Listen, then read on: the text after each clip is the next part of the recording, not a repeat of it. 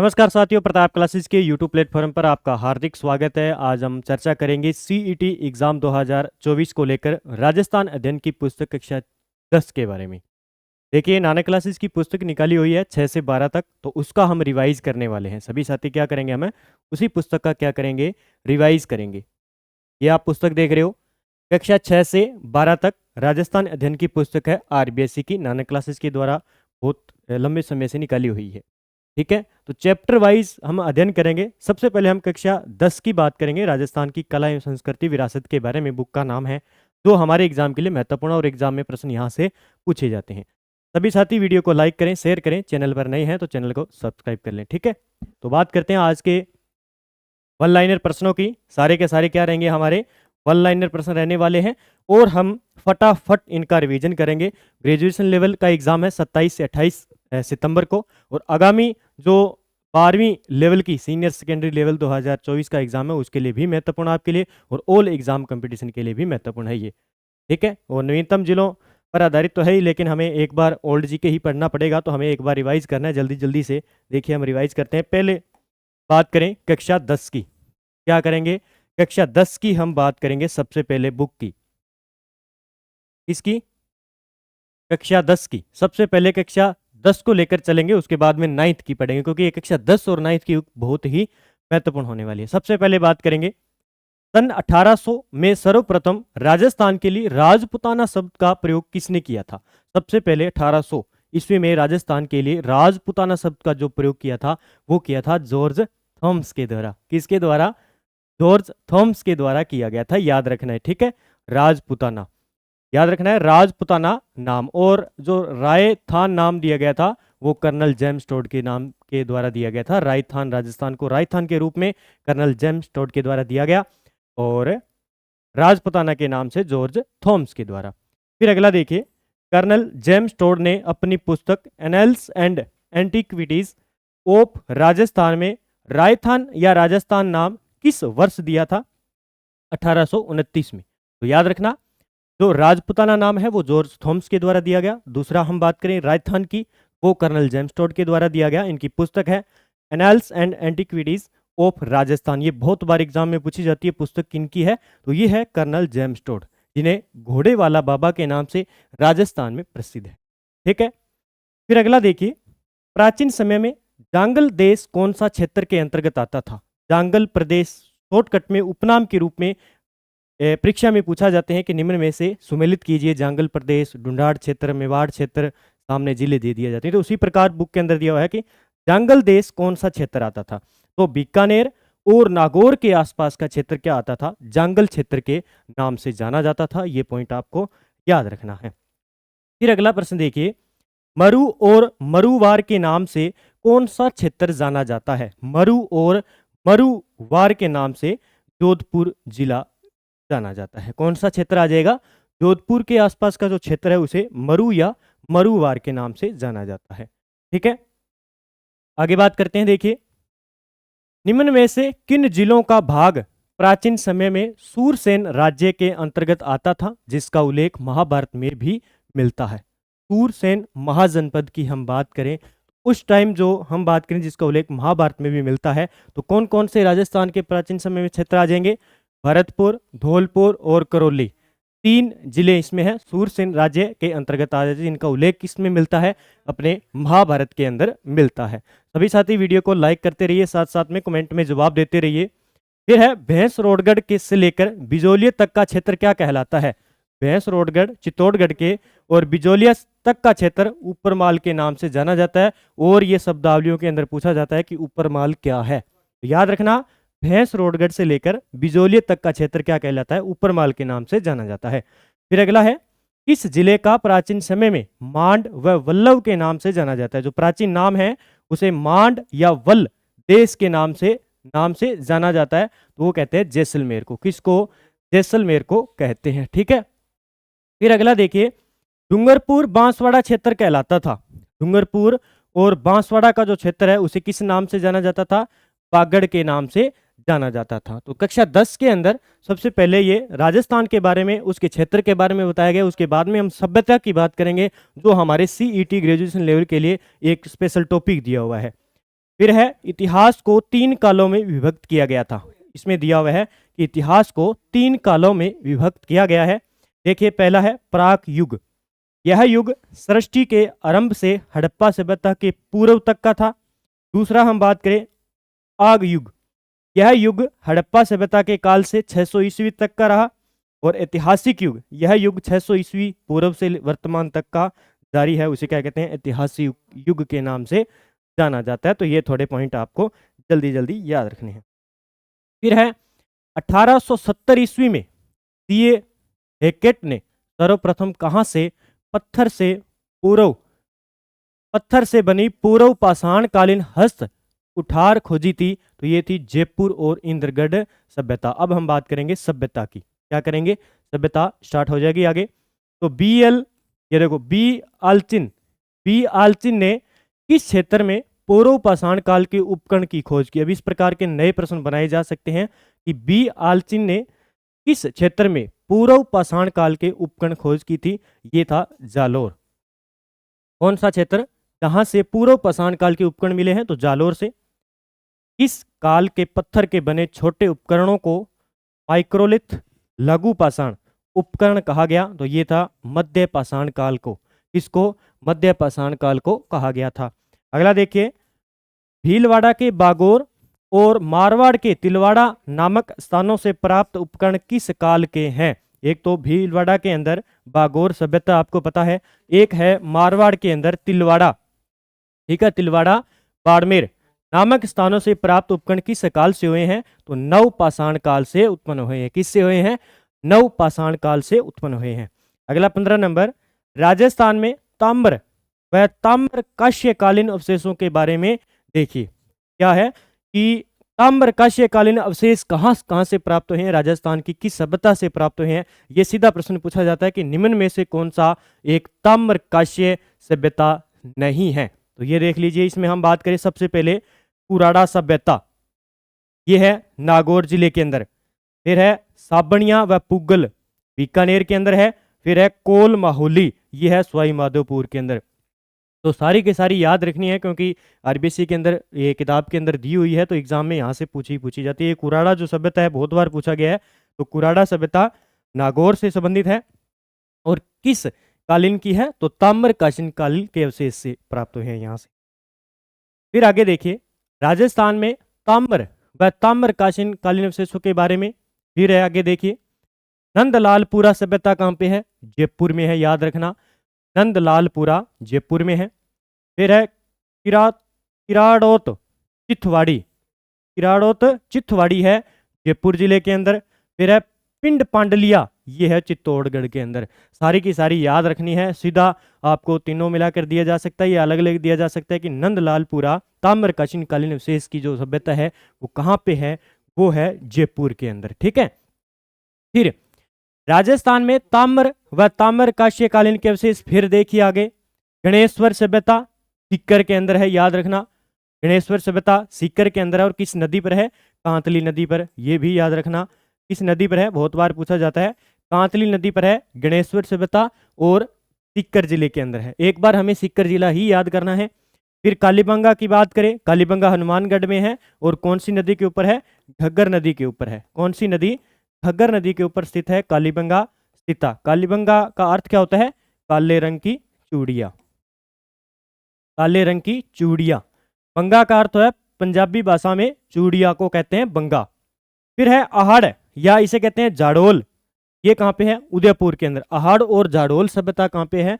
उदयपुर के अंदर है, ये याद रखना है। एक कालीबंगा से क्या मिलते हैं? जूते हुए खेत के साक्ष्य।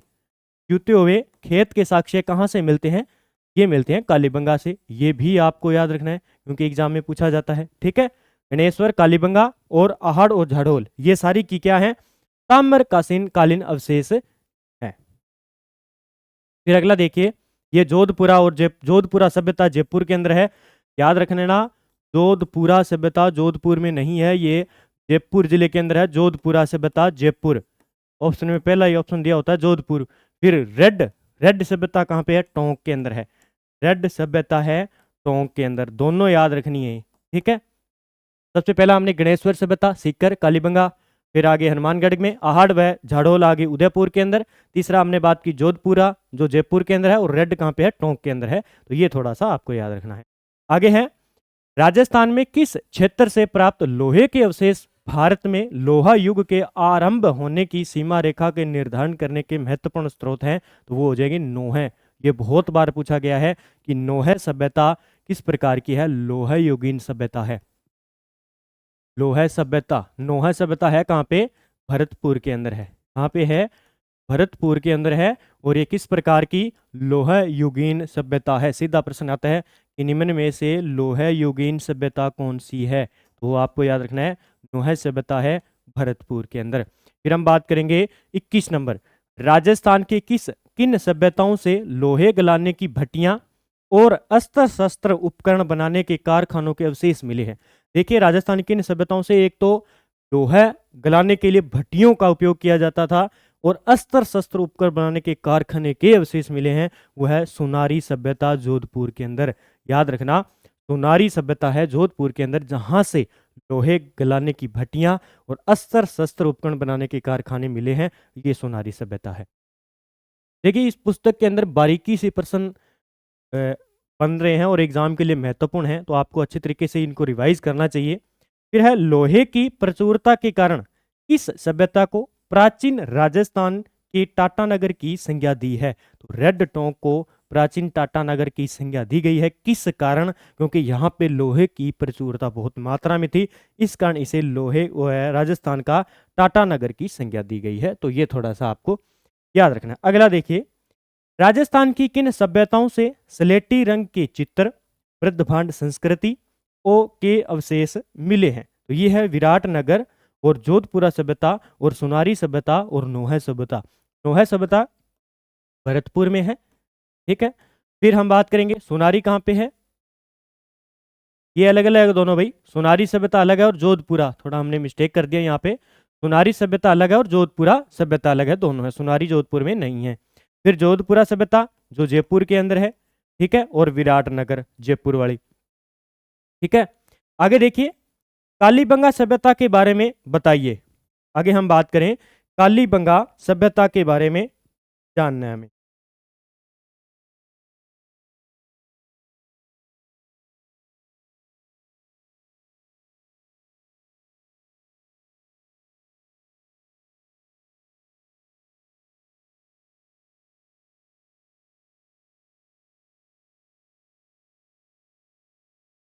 देख लीजिए, यहाँ से थोड़ा सा देख लेते हैं, जूम करके थोड़ा।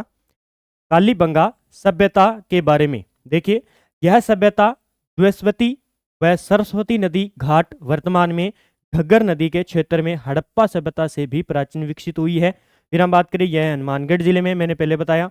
पंजाबी भाषा में कालीबंगा का अर्थ होता है काले रंग की चूड़ियाँ, ठीक है, ये भी याद रखना है। कालीबंगा सभ्यता हनुमानगढ़ के अंदर है और प्राचीन नाम सरस्वती नदी या द्वैस्वती नदी या घग्गर नदी के ऊपर है। और कालीबंगा का अर्थ है पंजाबी भाषा के अंदर, बंगा को कहते हैं चूड़ियां, तो काले रंग की चूड़ियां इसका नाम टिका हुआ है और हनुमानगढ़ जिले के अंदर है। और हड़प्पा सभ्यता से भी प्राचीन ये सभ्यता है। फिर देखिए कालीबंगा सभ्यता के बारे में थोड़ा आराम आगे और देखिए। 1952 में अमलानंद घोष ने इसकी खोज की, ठीक है। 1952 में अमलानंद घोष ने इसकी क्या की थी, खोज की थी, ठीक है। 1961-62 में बीबी लाल, याद रखना है, बीबी लाल, बीबी लाल और बी के थापर के द्वारा, बीबी लाल और बी के थापर के द्वारा कालीबंगा सभ्यता की क्या की गई, उत्खनन करवाया गया। अब देख लिए यहाँ पे उत्खनन एक खोज, 1952 में कालीबंगा सभ्यता की खोज अमलानंद घोष के द्वारा करवाई गई। फिर हम बात करें उत्खनन कार्य 3 थे, ये भी पूछा जाता है, एमडी, एमडी, ठीक है, तीनों याद रखना, एमडी खर्रे, एमडी खर्रे 3 हो गए, बीबी लाल, बी के थापर और एमडी खरे, तीनों व्यक्तियों ने कालीबंगा सभ्यता को क्या करवाया, उत्खनन करवाया। उत्खनन में सभ्यता के 5 स्तर सामने आए, मोस्ट कर लेना भाई, फर्स्ट ग्रेड के अंदर पूछा गया था कि कालीबंगा सभ्यता के अंदर कितने स्तर मिले हैं, 5 स्तर मिले हैं उत्खनन के, याद रखना 5 स्तर।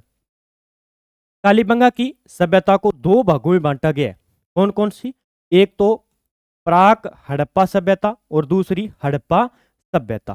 ठीक है, तो दोनों याद रखना है, प्राक हड़प्पा सभ्यता और हड़प्पा सभ्यता। फिर आगे बात करते हैं, कालीबंगा के उत्खनन में 5 स्तर के प्रमाण माने गए हैं। किस प्रकार के उत्खनन करवाए गए? उस टाइम 5 जो है प्रमाणिक माने गए थे। प्रथम था 2 स्तर तो हड़प्पा सभ्यता से प्राचीन है। ऐसे 2 स्तर है कालीबंगा के, तो क्या है वहां पे हड़प्पा सभ्यता से भी प्राचीन है। तीसरा स्तर की बात करें, हड़प्पा सभ्यता के समकालीन है, यानी लगभग क्या है, हड़प्पा सभ्यता के जो समान वहां पे सभ्यता समान मिला है, उसी प्रकार का सामान मिला है। चौथा व 5वां स्तर हड़प्पा सभ्यता के समकालीन है, ये भी क्या है, हड़प्पा सभ्यता के समकालीन है। फिर देखिए आगे, इस सभ्यता से प्राप्त कब्रिस्तान से एक बच्चे के कंकाल की खोपड़ी से 6 छिद्र मिले हैं, जिससे मस्तिष्क शोध बीमारी के इलाज का प्रमाण माना जाता है, वो भी कालीबंगा से। ये कालीबंगा की थोड़ी चीजें याद रखनी है। कालीबंगा की बात करें तो कालीबंगा सभ्यता काले रंग की चूड़ियां घग्गर नदी के ऊपर स्थित है, हनुमानगढ़ जिले के अंदर स्थित है। इसकी खोज की हम बात करें कालीबंगा की तो 1952 में अमलानंद घोष जी के द्वारा करवाई गई। फिर हम बात करें इसकी उत्खनन कार्य 1961-62 में एक तो बीबी लाल, बीके थापर और एमडी खरे के द्वारा इसकी उत्खनन करवाया गया।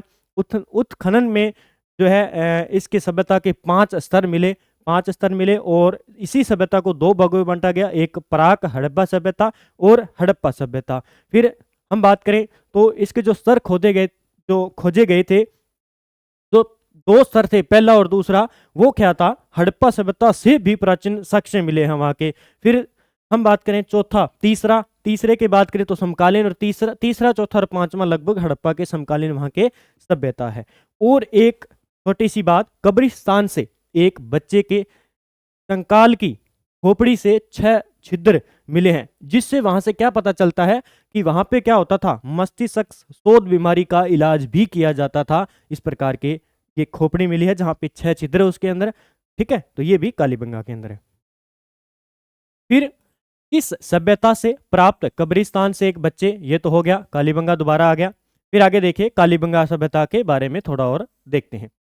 यह एक नगरीय सभ्यता है। अब जो वर्तमान में सभ्यता से संबंधित प्रश्न आ रहे हैं वो विशेषता से संबंधित आ रहे हैं। इससे विशेषता से, और विशेषता हमें बारीकी से पता होनी चाहिए। देखिए सबसे पहले तो याद करना है, एक क्या ये नगरीय सभ्यता है। विशेषता से बात करें, बर्तनों के रंग लाल, जिन पर काली और सफेद रंग की रेखाएं खींची मिली हुई है। जैसे इस प्रकार ये बर्तन है,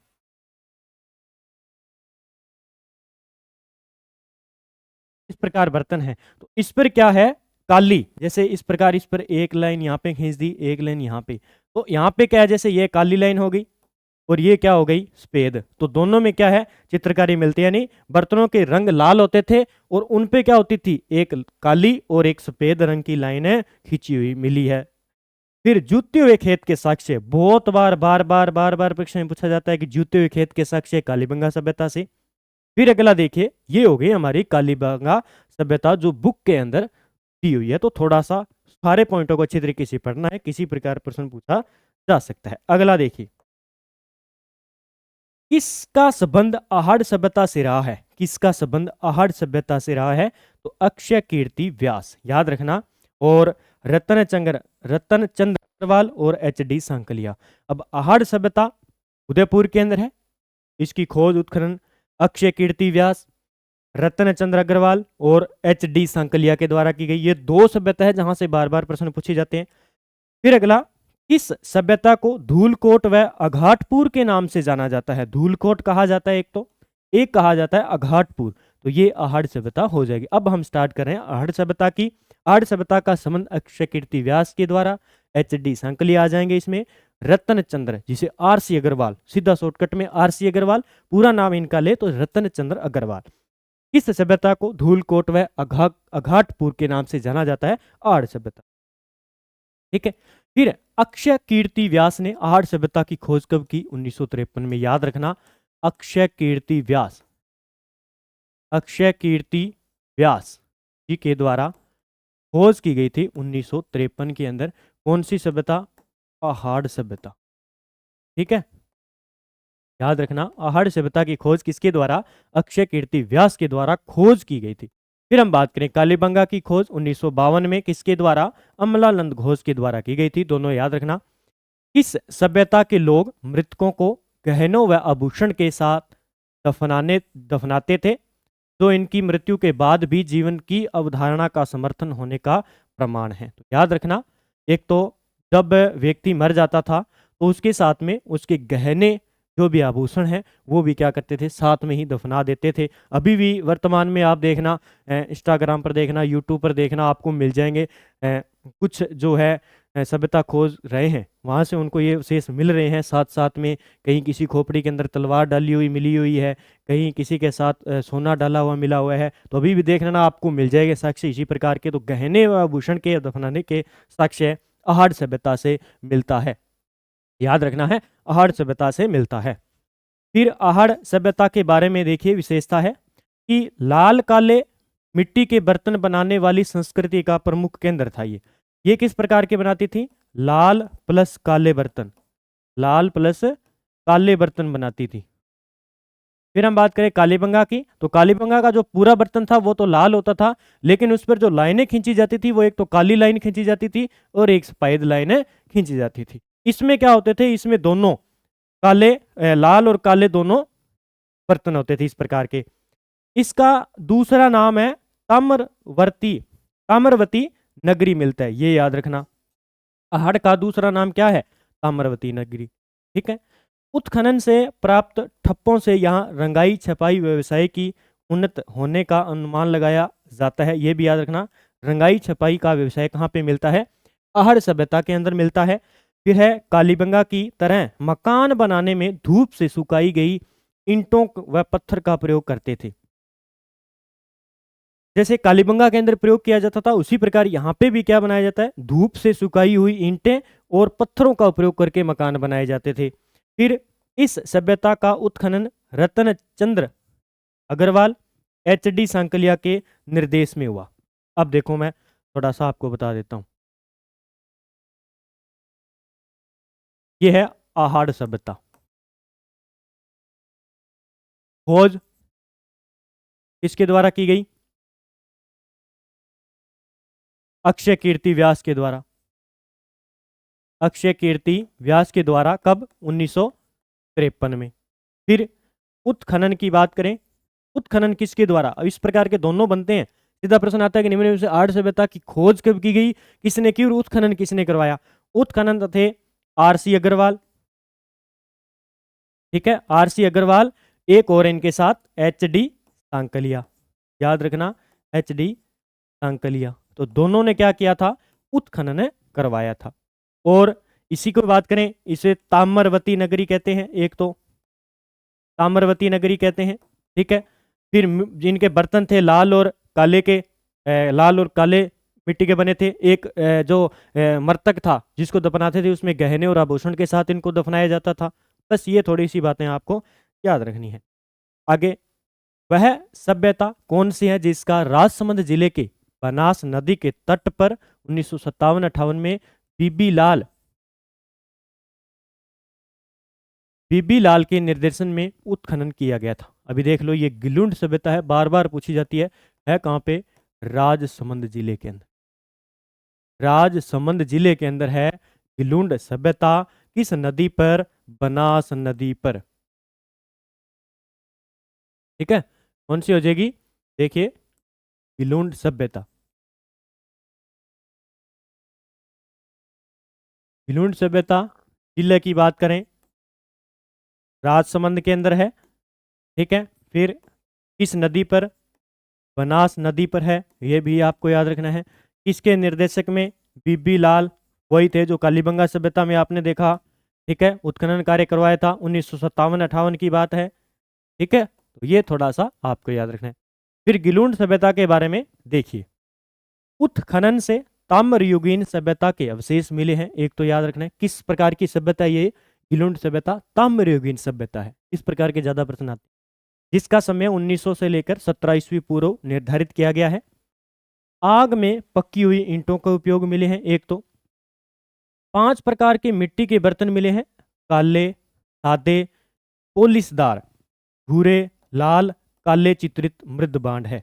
ठीक है, ये याद रखने हैं 5 प्रकार के मिट्टी के बर्तन, यानी जैसे काले रंग के मिले हैं, एक तो पोलिस वाले मिले हैं, भूरे, लाल, काले सारे आ जाएंगे इसमें।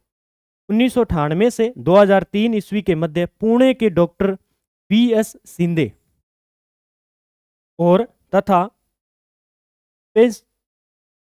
पेंसिल्वेनिया विश्वविद्यालय अमेरिका के प्रोफेसर ग्रेगरी ओसल के निर्देशक में उत्खनन किया गया। याद कर लेना भाई, जो इसका 1998 से लेकर 2003 ईस्वी के मध्य पुणे के थे, एक तो डॉक्टर थे V.S. शिंदे तथा पेंसिल्वेनिया विश्वविद्यालय अमेरिका के प्रोफेसर थे ग्रेगरी पोसल के निर्देशक में यहाँ पे उत्खनन किया गया। और वेरी वेरी मोस्ट इंपॉर्टेंट ये बात हो जाती है जो पुस्तक में दी हुई है और कहीं ना कहीं यहाँ से प्रश्न सीधा बनेगा।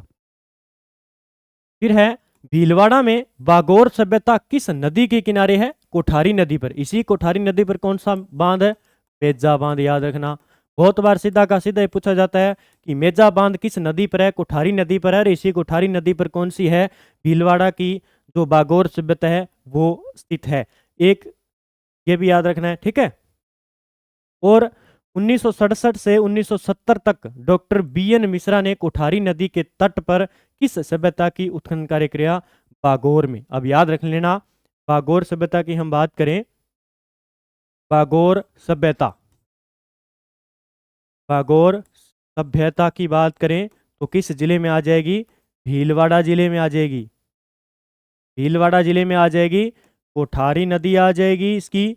और उत्खनन की बात करें, उत्खनन किसने करवाया? क्योंकि ये नया पॉइंट है, एग्जाम में पूछा जा सकता है।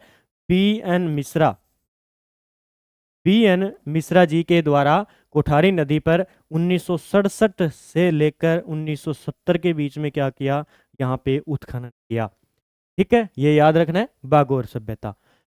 इस सभ्यता के उत्खनन से प्राग ऐतिहासिक काल की सभ्यताएं के अवशेष प्राप्त हुए हैं जो 4000 से 5000 ईसा पूर्व के माने जाते हैं। ये भी बागोर सभ्यता याद रखना है, ठीक है, ये ज्यादा।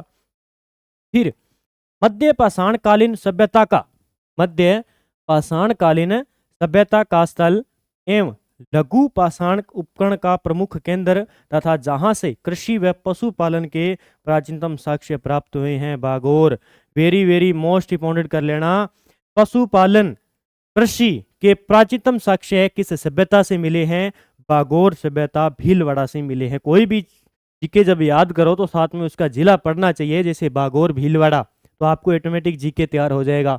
ठीक है, बागोर भीलवाड़ा कोठारी नदी पर कृषि व पशुपालन प्राचीनतम साक्ष्य प्राप्त हुए हैं। सीकर में कांतली नदी के किनारे स्थित गणेश्वर सभ्यता के बारे में देखिए आगे। मैंने पहले बताया सीकर जिले के अंदर है गणेश्वर सभ्यता, ताम्रयुगीन सभ्यता। किस नदी पर? कांतली नदी के ऊपर। उसके बारे में पढ़ते हैं।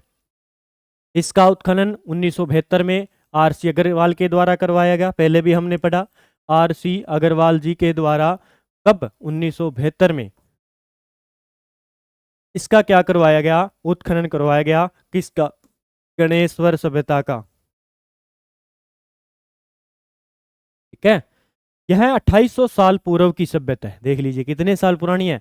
2800 साल। अब ऑप्शन में क्या दिया जाएगा कि यह 3000 साल पूर्व सभ्यता है, 3500 साल पूर्व की सभ्यता है, 2800 साल पूर्व की सभ्यता है। इसका उत्खनन 1975 में रतन चंद्र अग्रवाल के द्वारा करवाया गया। 1975 में बीबी लाल के द्वारा करवाया गया। ऑप्शन इस प्रकार मिलेंगे। इसे ताम्रयुगीन सभ्यता की जननी, ताम्र संचयी की सभ्यता कहते हैं। मोस्ट कर लेना इसको, इसे ताम्रयुगीन सभ्यता की जननी कहते हैं। याद कर लेना, मोस्ट कर लेना गणेश्वर सभ्यता को। फिर आगे देखिए गणेश्वर सभ्यता के बारे में। यहां से प्राप्त तांबे के उपकरणों के पात्रों में 99% तांबा मिला है। यानी जो तांबे के उपकरण मिल रहे हैं वहां पे हम बात करें, जो 100 में से 99% क्या मिला? यहाँ पे तांबा मिला, इसलिए इसे ताम्रयुगीन सभ्यता की जननी कहा जाता है।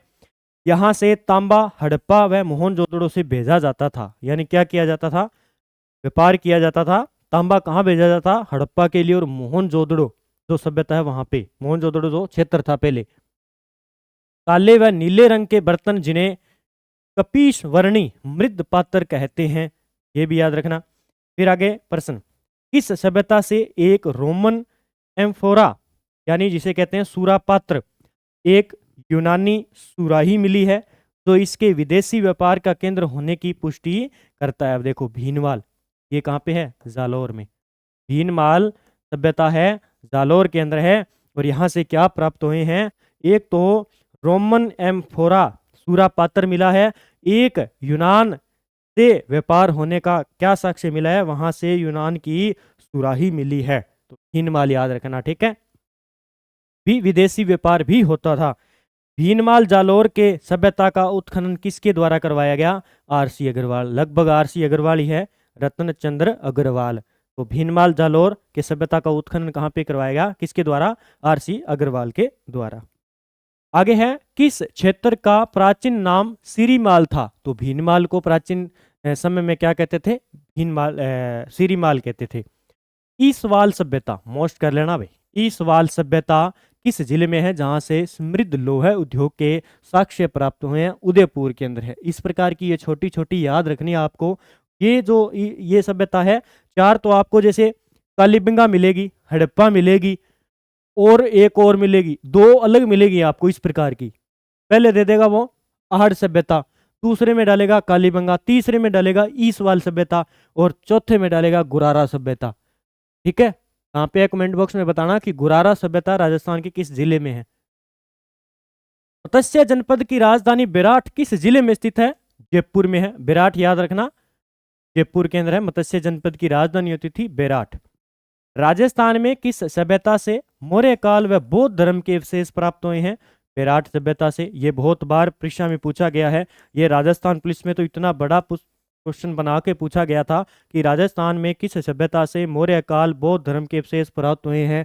गणेश की डूंगरी, भीम जी की डूंगरी, इस प्रकार जो सारा मैटर था वो एनसीईआरटी इस बुक में से वो सारा उठा के दे दिया। और लास्ट में आंसर क्या था? बेरेट सभ्यता था, जयपुर में। राजस्थान पुलिस 2021 की भर्ती हुई थी, उसमें आप देखना क्वेश्चन कितने बड़े बड़े बनाए गए थे और किस प्रकार डाटा इस पुस्तकों से उठाया गया था। जयपुर में स्थित बेराट सभ्यता के बारे में बात करनी है हमें। देखिए, सभ्यता की खोज 1936-37 दयाराम बहादुर साहनी ने की। अब देख लेना भी, इस सभ्यता की खोज किसके द्वारा?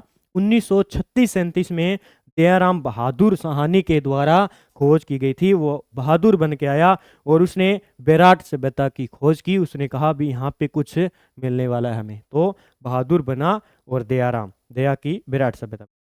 उत्खनन कार्य नील रतन बनर्जी, ये देखो नील रतन बनर्जी, कैलाश नाथ दीक्षित, दोनों नाम याद रखने हैं, किया गया।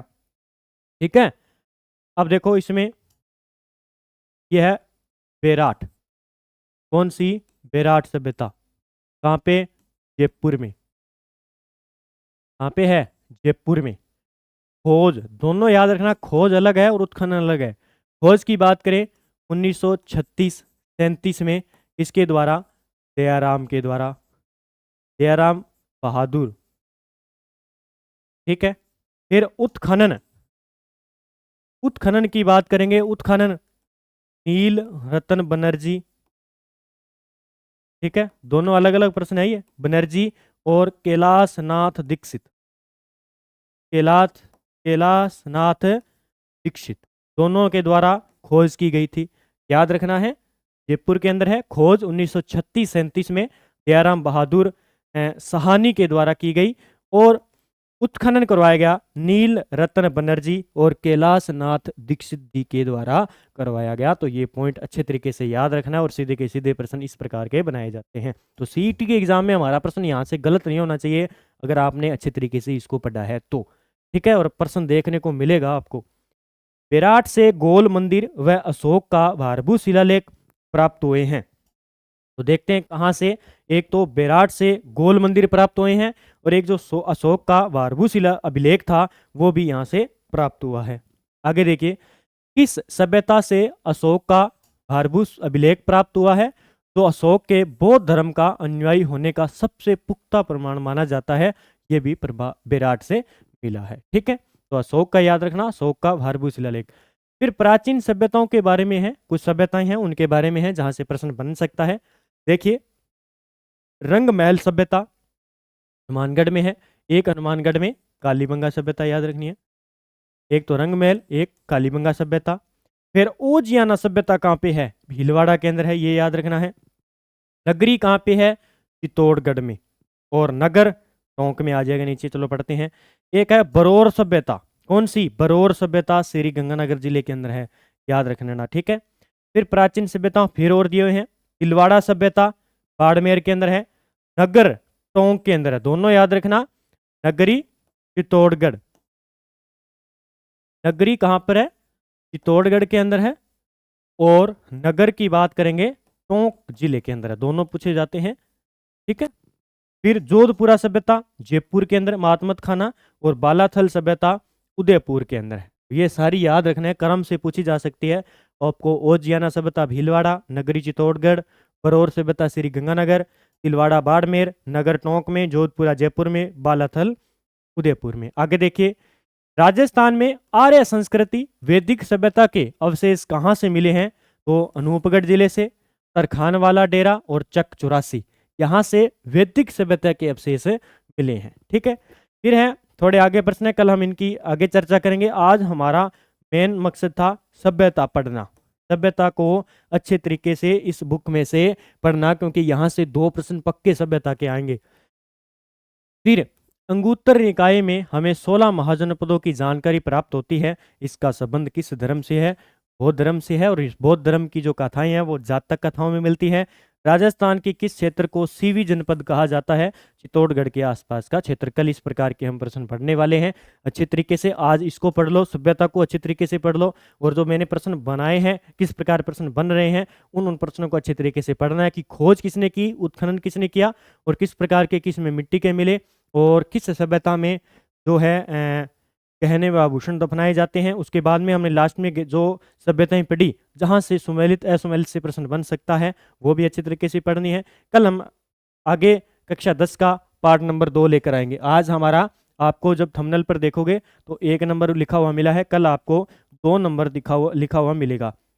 अब जो हम ये तैयारी करेंगे CET, एक तो स्नातक स्तर के लिए, और दूसरा CET प्लस पशु परिचर, पशु परिचर, ठीक है। हम रिवाइज करते रहेंगे, धीरे धीरे रिवाइज करते रहेंगे। इसके एग्जाम के लिए महत्वपूर्ण होंगे, क्योंकि लगभग CET के अंदर 40 प्रश्न आएंगे जीके के। तो जीके के अच्छे तरीके से हमें पढ़ना है। इस प्रकार के टॉपिक, बड़े बड़े टॉपिक पढ़ेंगे जो एग्जाम के लिए महत्वपूर्ण है, ठीक है। तो आप अच्छे तरीके से इस पुस्तक को पढ़ें और वीडियो को देखें। जय हिंद, जय भारत दोस्तों। और क्लास कैसी लगी इसका जवाब भी आपको कमेंट बॉक्स में देना है। आपके आसपास अन्य जो भी साथी हैं उन्हें शेयर करें। और लगभग जो है 500 लाइक मुझे वीडियो में चाहिए, आपको जरूर करने हैं। और अन्य अपने आसपास के साथियों को करें। वीडियो के अंदर 500 लाइक जरूर होने चाहिए, ठीक है। और कमेंट में जो मैंने क्वेश्चन पूछा गुरारा सभ्यता, उसका जवाब आपको देना है। जय हिंद, जय भारत दोस्तों।